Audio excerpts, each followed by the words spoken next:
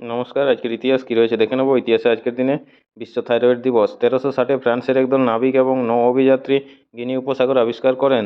1751 বাংলার মুদ্রিত প্রথম ব্যাকরণ গ্রন্থের রচয়িতা হেলহেন হেডের জন্ম। 1886 বিপ্লবী রাসবিহারী বসুর জন্ম। 1889 হেলিকপ্টারের উদ্ভাবক রুশ মার্কিন বিজ্ঞানী ইগর সিকোরস্কির জন্ম।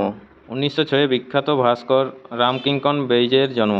1924 শিক্ষাবিদ, কলকাতা হাইকোর্টের বিচারপতি ও কলকাতা বিশ্ববিদ্যালয়ের ভাইস চ্যান্সেলর আশুতোষ মুখোপাধ্যায়ের মৃত্যু।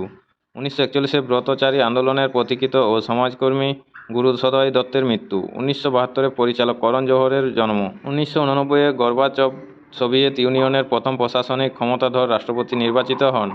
2005 অভিনেতা সুনীল দত্তের মৃত্যু। 2009 পশ্চিমবঙ্গের কয়েকটি জেলায় আইলা আঘাত করে।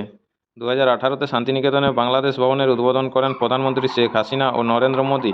নমস্কার। আজকের ইতিহাস এই পর্যন্তই। পরের ইতিহাসটি পেতে চ্যানেলটিতে সাবস্ক্রাইব করে পাশে থাকা বেল আইকনটি অল করে রাখুন। নমস্কার।